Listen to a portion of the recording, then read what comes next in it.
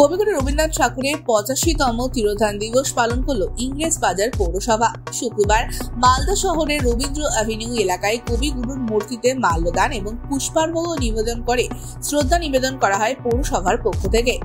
উপস্থিত ছিলেন ইংরেজবাজার পৌরসভার চেয়ারম্যান কৃষ্ণেন্দু নারায়ণ চৌধুরী, প্রাক্তন কাউন্সিলর আশিস কুন্ডু সহ জেলা শিল্পী সংসদের সদস্যরা। কবিগুরুকে শ্রদ্ধা জানাতে এরপর জেলা শিল্পী সংসদের উদ্যোগে ছোট করে অনুষ্ঠিত হয় এক সাংস্কৃতিক অনুষ্ঠান।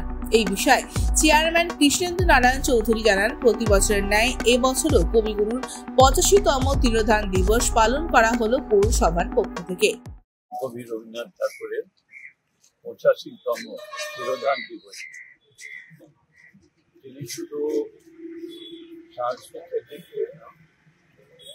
সর্বাঙ্গীনভাবে ভারতকে বিশ্বের দরবারে এবং বাংলার মানুষকে সংস্কৃতির জগতে একটা অন্য বিচারী তার লেখা বইয়ে তাঞ্জলি যে নোবেল পুরস্কার আমরা পেয়েছিলাম। রবীন্দ্রনাথ ঠাকুরের স্বাধীনতার দিকেও তার মানসিকতা ছিল। যখন ওই বৈশাখী পূর্ণিমায়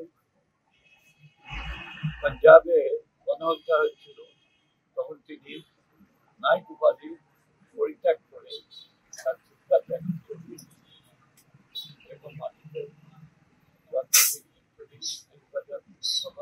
গভীর শ্রদ্ধার সঙ্গে পালন করে আমরা মনে করি তারা দেশ